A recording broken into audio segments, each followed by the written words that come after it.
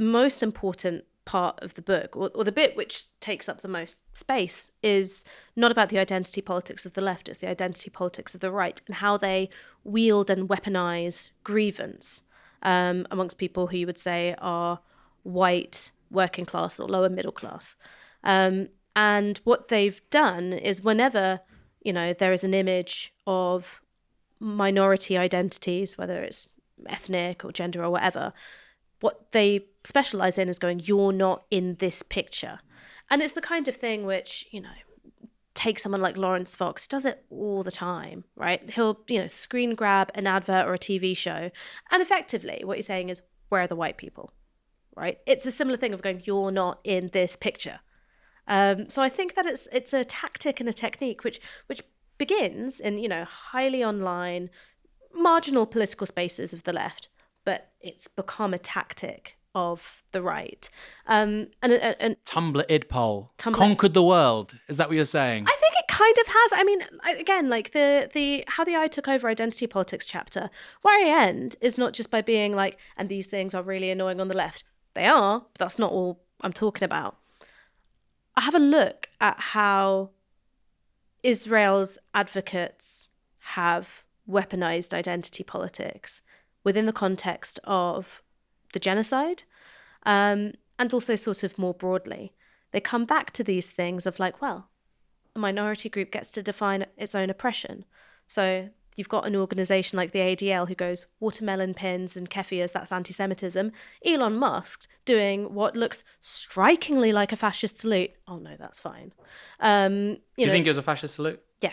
I mean, I've got eyes. I do as well. I'm just, it's obviously contested. I think he did it to trigger the libs, but I think it's still a fascist salute. I think it's sort of both, right? It's like, and this is something which I wish I had the ability to give an answer to, but I don't. All I have is the ability to frame the question. What the right are specialists at doing is doing things like whether it's a fascist salute or going, pedal to the metal on transphobia, both because they believe in it or they're happy to strengthen that as a political force, but also because it distracts the left. And it pulls us away from being able to talk about the experience of majorities, and we're talking about the experiences of minorities. And there's that incredible graph, which I think was from the Financial Times again, where it mapped perceptions of the Democrats over time.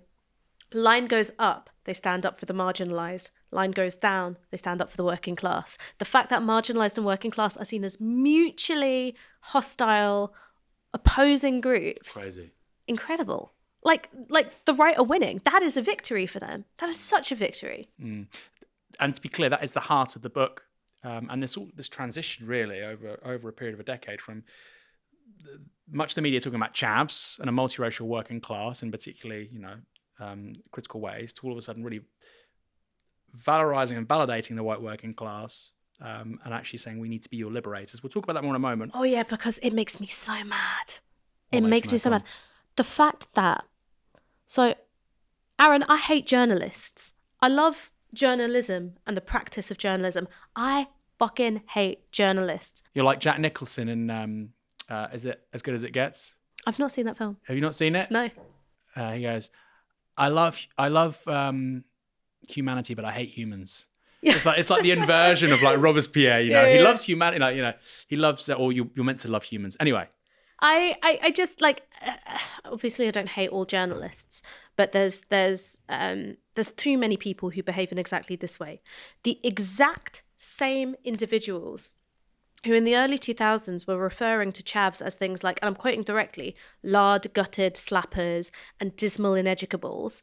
Then, early 2010s are like, what about the forgotten white working class? And I was like, you were demonizing these people just a couple of years ago. The exact same individual journalists who are going, I hate these people. Wouldn't it be great if they were euthanized? Then turn around, they go, oh, the left have forgotten the white working class and it's all the fault of anti-racism. Now, what they're able to tap into, which is true, is that the liberal left, the centre left, did not give a flying fuck about these people and actually thought of them as sort of an electoral encumbrance, right? That's true. But the bit they're ignoring is that they were gleeful participants in that moral panic as well. And that's the thing that pisses me off. And I know maybe I shouldn't be annoyed, because I should be like, well, obviously media works like this. It's in the service of elite interests. But to have that little integrity... I find that astonishing. I find that astonishing. I don't know how you sleep at night. I don't know how you look at yourself in the mirror. I don't know how you live with yourself as a man when that's your journalistic career.